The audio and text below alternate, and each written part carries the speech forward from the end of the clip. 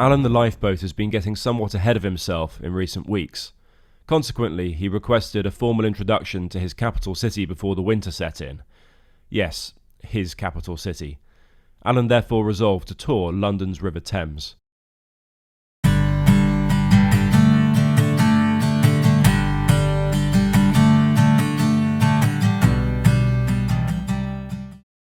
Fortunately, I also got a say in the matter, and have been keen to get Alan back on the water again after summer sea trials, to get more boat handling experience, and to check that improvements indeed transpire to be improvements.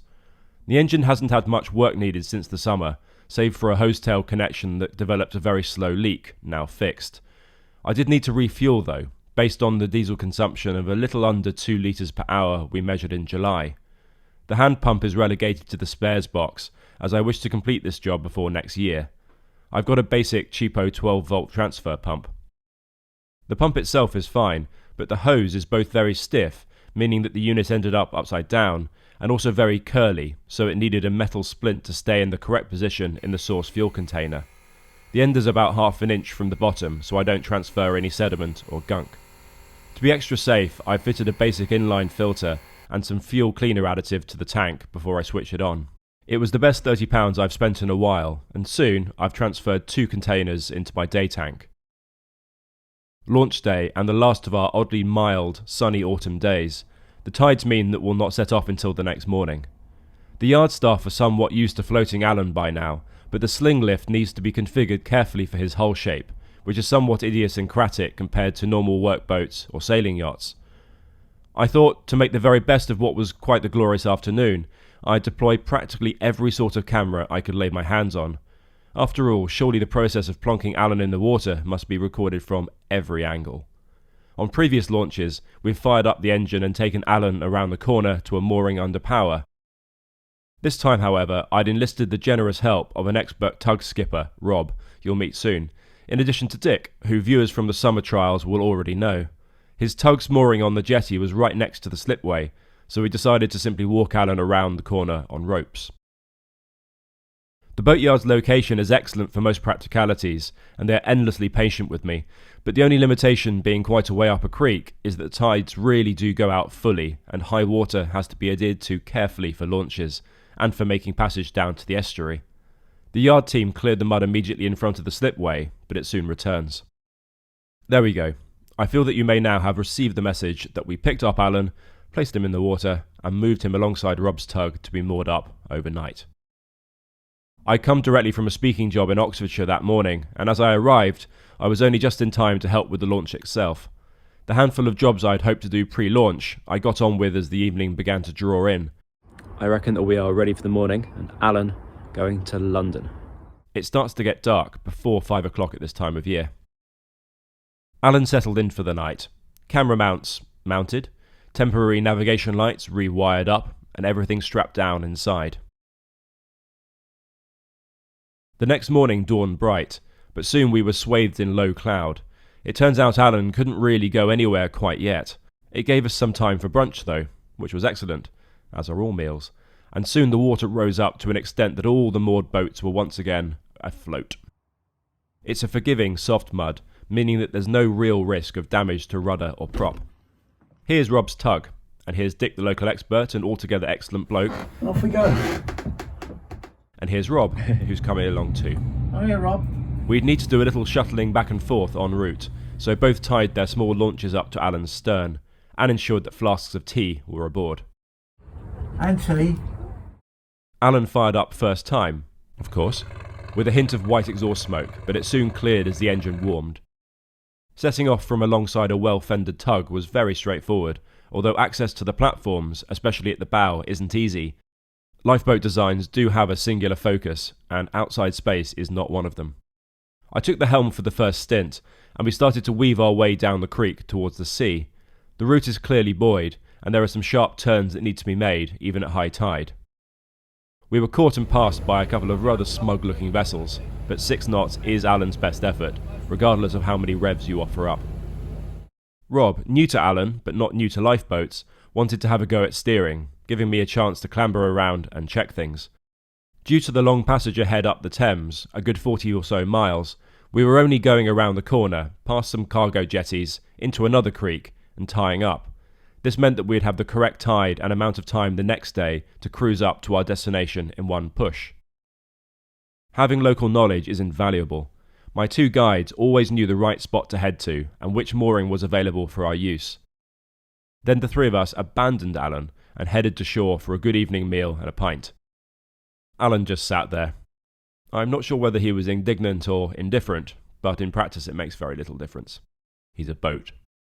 Apparently the mooring zone was once very popular with local fishermen, bustling with activity and spearheading the local economy. Sadly, this appears to have declined to the point of leaving Alan with a choice of prime location moorings. Only a few small fishing boats for company, but it's probably for the best as we've not fully socialised Alan yet.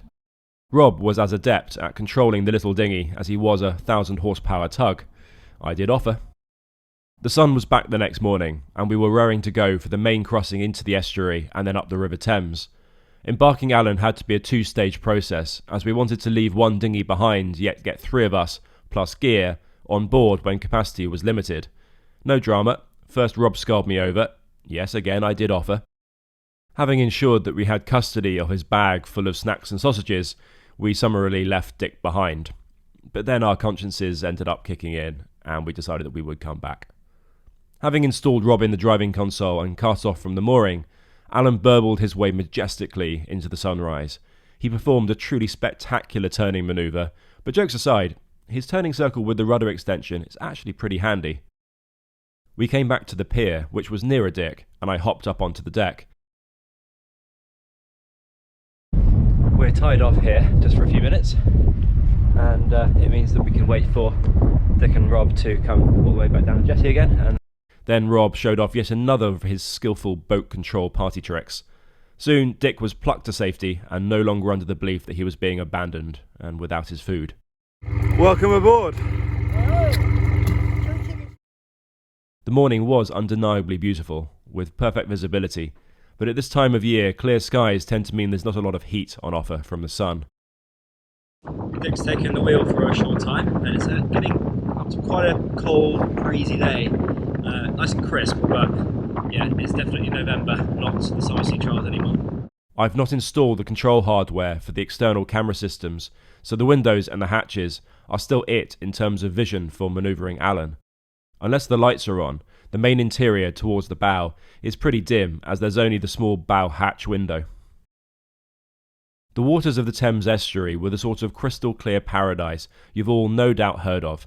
We were making good progress though, despite the tide not yet being with us, and there was a headwind forecast to build throughout the day. The vast majority of the estuary, until and in fact beyond where the river mouth narrows down, is lined with commercial freight and tanker terminals. The London Gateway is one such terminal, and here the river is still a mile wide. Many of us do take the mammoth scale of the container sea freight industry for granted, and I was impressed to see how this efficient component of keeping things moving back and forth around the world operated. We're about to get a fair bit of wash, so I'm going to turn into it so that we don't roll quite as badly. Of course, most vessels handle waves better head-on, and Alan is no exception, pitching predictably and controllably. I'm mulling over an unusual roll control system for Alan, guaranteed to enrage you lot, but it's not at the top of my to-do list, so your outrage can wait. Normal riverine service was soon resumed, naturally following our ritual of greeting all of Alan's various cousins hoisted aloft on board the large container and cargo ships. I've often wondered what Alan would have been like if he had been a free-fall lifeboat, instead of one that's lowered more slowly from a davit.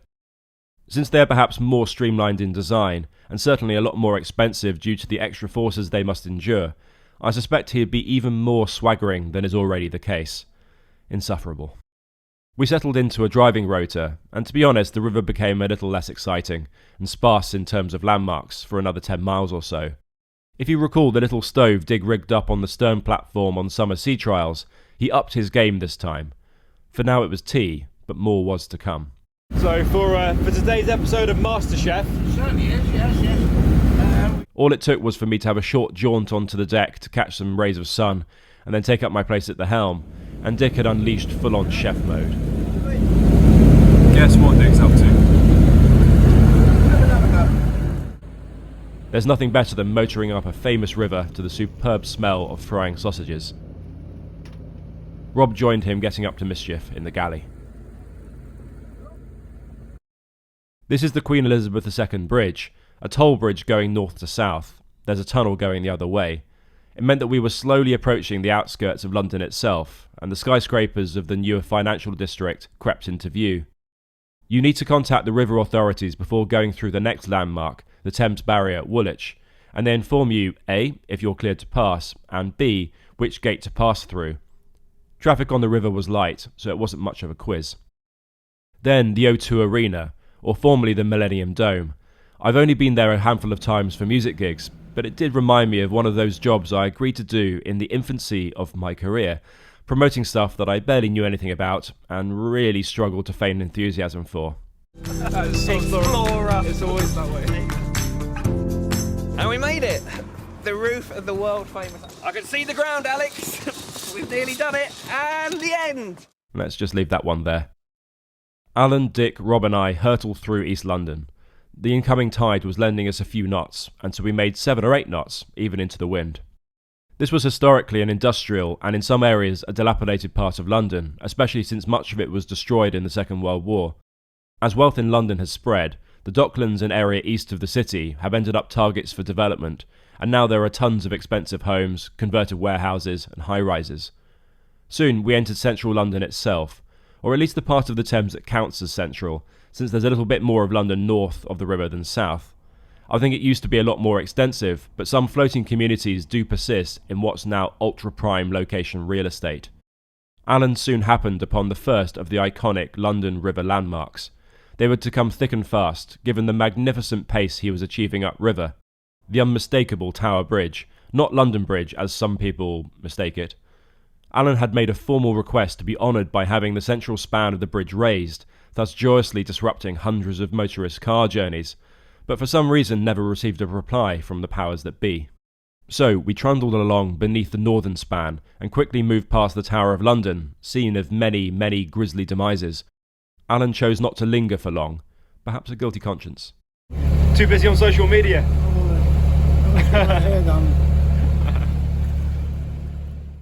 Almost before we had time to take it in, we'd passed the financial districts of London and taken on some chop from the growing headwind.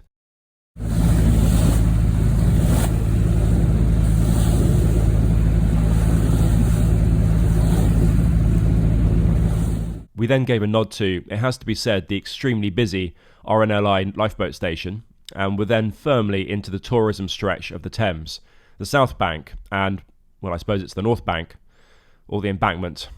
Well, it's all the embankment. Anyhow. The snubs continued. Her Majesty's government, headed as they are by such a conscientious, dutiful and not at all distracted leadership team, neglected to greet Alan and crew as we passed Westminster. A police boat did shadow us though, but waved and zoomed off as they realised that we meant no harm. We were then chased by a huge refuse barge, who embarrassingly outpaced us, and Dick enjoyed his front row view of Battersea's coal-fired industrial legacy. An hour ahead of our estimated schedule, our destination hove into view, and Rob took the helm for this manoeuvre. I'd like to think, with advice about the correct angle and using the tide instead of fighting it, that I could have achieved a collision-free mooring, but the boats moored fore and aft were worth millions, literally. Small fry compared to Alan, but still. The mooring setup was normal to begin with, a line at each end and a couple of springs, and of course a few free-hanging fenders. This would need to be ramped up, but that's for the second part of this duo of videos. You may think being on the inner side of the pontoon would give us plenty of shielding from wind or wash. It's the case to some extent, but in practice we noticed that the hooligans driving the Thames Clipper passenger boats sent their watch outwards, which reflects off the solid embankment and then thwacks us from the other side. And so I left Alan for a bit and came back after sundown to check all was well. Alan appeared to be at home in London and was getting plenty of attention from passers-by on the bank. Serious winds were forecast, but not quite yet, so these arrangements would do for another day. And here is another day. We weren't heading back down the river just yet. So Dick, what are we waiting for? Fundamentally the ducks to go by. Instead, Dick and I decided to take a friend of mine out for a spin on the river. Dan, photographer and bespoke publisher extraordinaire, met Alan long ago, only weeks after our purchase, and before any work had been done on him. He's also accompanied me to various cold parts of the world, always quick to learn and slow to complain even at minus 35 degrees. How cold is it? Well, it's not actually cold at all. It's quite pleasant. The riverbed isn't soft mud. Instead, rocks, rubbish, old shopping trolleys, and plenty more that could damage Alan's hull should we have run aground, so we played it safe with the tide. Well, it may have been. We were anticipating getting here in the dark yesterday, so I did have a I did have a head torch over there just in case. Yeah. What time did you get in last night? 3:30. Yeah, it was pretty good, wasn't it? Dan didn't come up to see Alan comatose in harbour, so once the shopping trolleys were adequately submerged, we nipped out for a spin, and before a forecast rain deluge. I spent the majority of the trip wandering around the outside of Alan, pretending to nonchalantly do very, very serious things that didn't really need doing, for the sake of art, of course. Here are some of the early edits from Dan's efforts.